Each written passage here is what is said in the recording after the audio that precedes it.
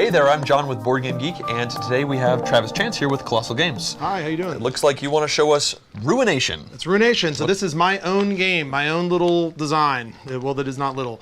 So this is an area control style game. It's got a little bit of civ building. It's got some, let me do this for dramatic effect, dice rolling, and it's a lot of fun. So the game is set in the post-apocalypse. So think Mad Max after the gas runs out.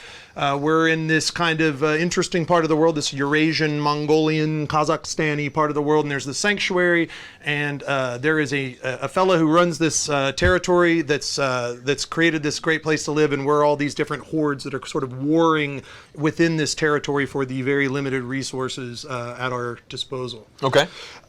So if you're a fan of games like Kimid or Scythe, I think those types of people will like this. The game has kind of an interesting little action system where there are three basic actions. You're going to scavenge resources, you're going to move your armies, and you're going to recruit armies. And when you choose an action, you're going to choose the action, any sort of bonus that's on there, and you can move up these tracks as well, and you get to resolve that in the order of your choice. And that's going to set up these really interesting kind of sequencing combos. When you gather resources, you're going to use those to buy these special techs that you put on your board, and they're all unique, so you're going to have like a completely different play experience.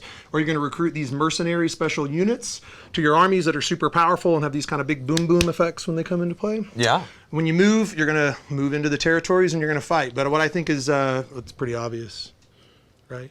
When you move and fight. Yes. So you're supposed to laugh. So the thing I think that's neat about this game is that the board is extremely tight. So this territory right here is literally adjacent to this, and this. Okay. So the furthest anything is 2 moves away. I see. The corners and the dead center are the only thing that you can't get to in one move, and you actually can get to them in one move if you play your cards and get the right technologies. So this game has an extremely high level of conflict, and it's got dice. However, there are incentives all over the place for this. So firstly, when you come in and you fight, whoever's the highest on this track here will get to roll an additional die. So even if you're coming in and you're getting beat up, this one little poor guy, if you've got more favor, you're going to get to roll this, and you're going to get some bonuses. Every time you get your dice, you're going to get to use your dice in the fight, and you're going to get to activate these abilities. And what's neat is you have a basic ability that's listed down here, and then when you buy these tech cards, they layer that effect. So you get to kind of set up these like interesting combos and build out your tableau. Sure. So there's all these incentives. If you roll blanks in the fight, let's say you had a terrible roll and you rolled 3 blanks, at the end of the fight, you'd get these little reroll tokens that allow you to manipulate your dice for the next fight. So even though it's the post-apocalypse, it's pretty generous, all things considered. Yeah. Cool. How long does this game take to play? We're playing it right now, and it's never going to end.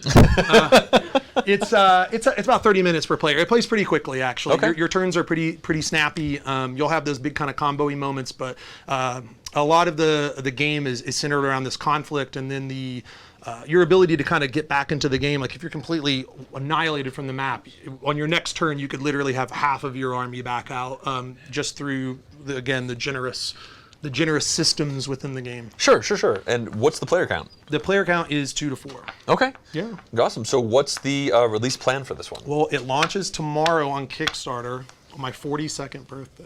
Okay. Can you believe that? Some people tell me I look shocked. like I'm 40. I'm shocked.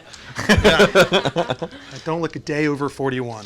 So it launches tomorrow on Kickstarter through Colossal Games at 10 a.m. Eastern time, and I'm super excited. I've been working on this forever. It's got art from the very talented Roland McDonald, who did Western Legends for Colossal Games. Okay, yeah. And Undaunted, and he's worked on a million games. He's awesome. Do you have a rough idea when the Kickstarter runs till? Colossal does very short Kickstarter run, so it'll be 2 weeks. It'll be 14-day campaign. Okay. Yeah. Great. And is there a hope to release this early 2021? Yeah, I think so. I mean, I think the hope is that this, at the worst, it would be like an Essen release. Okay. So everything's done, everything's print ready, files are ready to go. We've done a pretty good job on this one. So awesome. Well, thanks, Travis, for showing us Ruination. Yeah, thank you. I appreciate it.